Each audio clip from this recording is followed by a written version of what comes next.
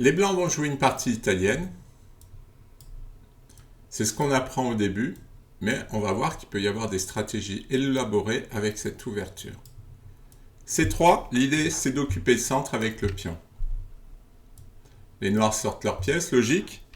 Ils contre-attaquent sur le pion, puisque le pion a pris la case du cavalier. Les blancs poussent au centre et attaquent le fou. Donc d'une certaine façon, ils protègent le pion, puisque ils attaquent le fou. Si le cavalier prend le pion, on prend le fou.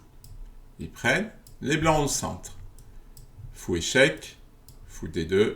Ça, c'est la variante principale de la partie italienne. Là, les blancs ont le centre, ils ont des pièces sorties, mais les noirs ont un très bon coup. On dit qu'ils réagissent au centre.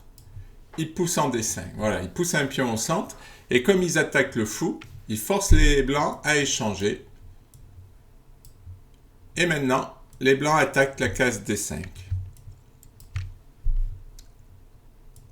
Les noirs jouent un coup un peu bizarre, mais qui se joue pour essayer de gagner ce fou, qui est souvent dangereux. Mais après dame A4, c'est vrai que C6 peut jouer, mais il y a peu de joueurs, je pense, qui sont prêts à accepter que le cavalier soit au bord et n'ait aucune case de repli.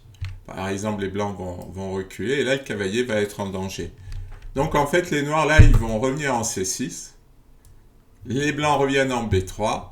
Et les noirs vont changer d'idée. Donc, cavalier A5 n'a servi à rien pour personne. Le cavalier vient en E7 pour renforcer D5, c'est logique, petit roc. Les blancs ont achevé leur développement, donc ils roquent.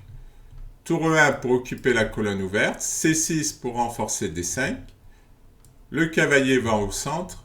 Ça, à mon avis, c'est pas bon. Peut-être pour empêcher cavalier G5, mais c'est affaiblissant. On va le voir, les blancs vont attaquer sur le roc et les noirs l'affaiblissent. Chaque fois qu'on avance un pion qui défend le roc, c'est un affaiblissement. Alors parfois c'est nécessaire, mais il faut l'éviter. Tour C1. Alors là, les blancs ont un plan en tête. Ils veulent faire passer leur fou par là, aller le mettre à l'abri en B1 et que la tour soit active. C'est-à-dire que le fou ne bloque pas la tour. C'est intéressant, on va voir que les blancs vont sacrifier un pion pour l'attaque. Cavalier B6 qui attaque le fou, fou D3. Cavalier F5 pour attaquer le pion. Eh bien, les blancs laissent le pion, ils jouent fou B1. Et leur idée, c'est qu'après cavalier prend, dame prend, eh bien, ils vont pouvoir jouer tour D1. Et que c'est vrai que les deux tours occupent le centre. Le fou est tourné vers le roc, le cavalier aussi, et la dame va participer à l'attaque. Le fou noir n'est pas sorti. Ça commence à faire beaucoup. Je pense que là, le pion, c'est très raisonnable, ce sacrifice de pion, pour tout ce qu'obtiennent les blancs. Et on sent bien que les blancs ont ils aiment attaquer, ils jouent pour l'attaque, quoi. Ils sacrifient un pion, vraiment. Alors les noirs essaient d'échanger, ils ont un pion de plus, donc ils se disent si je peux jouer la finale. Mais c'est pas une bonne idée parce qu'ils mettent la dame sur l'aile dame, et les blancs vont attaquer sur l'aile roi, donc la dame, elle aurait été mieux pour défendre. Maintenant, les blancs menacent cavalier F6, puisque le pion est cloué. C'est une attaque sérieuse. Les noirs essaient de défendre la case F6, mais les blancs sont prêts à tout et sacrifient la tour. Et c'est très très bien joué. On va voir la suite. Il y a une belle attaque. Roi H8, dame D3, et voilà le plan des blancs, qui soutient la dame et menace mat. Obligé de jouer G6. On voit bien que toutes les pièces blanches participent à l'attaque. Dame E3.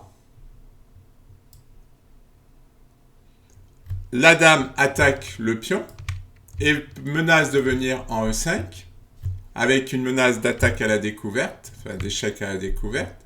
Alors les noirs, évidemment, ils rapatrient la dame pour essayer de défendre. Ils ne peuvent pas défendre les deux menaces. Donc dame E5, et là, la menace, elle est très forte. Donc les noirs essaient de défendre comme ils peuvent, d'échanger les pièces pour éviter l'attaque. Et là, les blancs jouent un coup. Alors, je pense, parce que j'en suis pas sûr, parce que je m'explique difficilement ce coup, l'ordinateur est d'accord avec le coup, donc a priori, c'est le bon. Je pense que les blancs veulent dévier la dame de cette case. Parce que si la dame blanche bouge, le cavalier est en prise, et puis peut-être que la dame noire pourrait venir défendre les cases noires. Dame H3, cavalier prend D5 échec. Ouais, là c'est embêtant, C'est presque un moulinet. Un moulinet, c'est quand on fait échec, on s'en va, on revient faire échec, on s'en va et que le roi est pris dans la tourmente, par exemple. Si le roi vient là, on va refaire échec, et puis on va se retrouver encore avec un échec à la découverte, par exemple venir là, attaquer la tour. Et ben là, les noirs, ils sont vraiment embêtés. Donc pour éviter ça, les noirs préfèrent donner un pion. Et toujours cet échec à la découverte qui est assez terrible.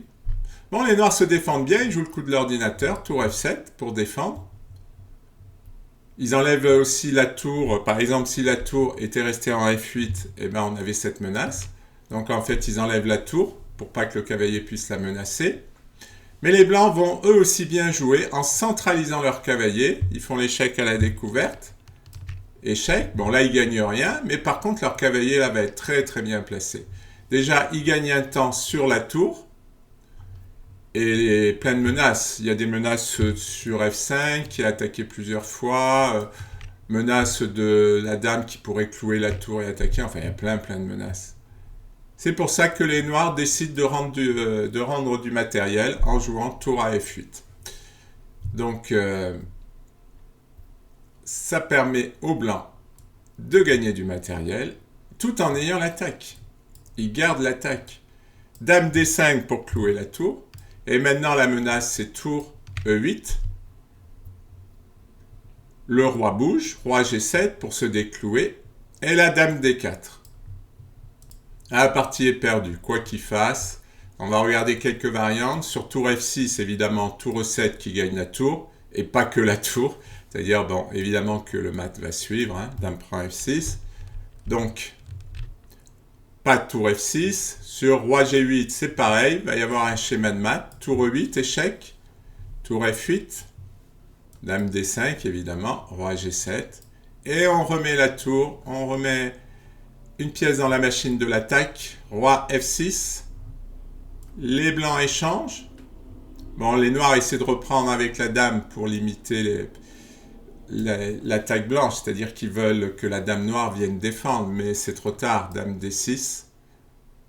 Roi G5, et les blancs gagnent la dame. Je vais revenir en arrière. Donc sur dame D4, on a vu que tour F6 ne marchait pas, roi G8 ne marche pas, parce qu'en fait là, la dame blanche est mal placée, elle ne défend pas, tandis que la dame et la tour travaillent ensemble à plein régime, quoi. On voit bien, elle contrôle toutes les cases, elle se protège, c'est un désastre.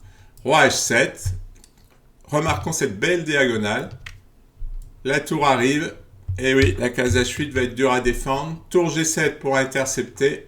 Mais il y a encore dame D8 qui contrôle la case noire et qui menace tour H8 mat. G5 pour essayer de s'enfuir. Tour H8, roi G6, dame D6. Et oui, les blancs ne lâchent pas le roi. Roi H5, tour prend H6, roi G4 et dame D1 mat. Une très belle partie, les blancs ont joué pour l'attaque dès le début, ils avaient anticipé tout leur développement, ils savaient où ils allaient mettre leurs pièces, ils ont sacrifié un pion pour ouvrir les lignes, et puis après, ils ont tout balayé.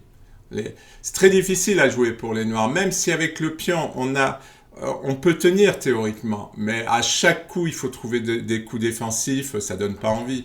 Et donc, au bout d'un moment, forcément, la position craque.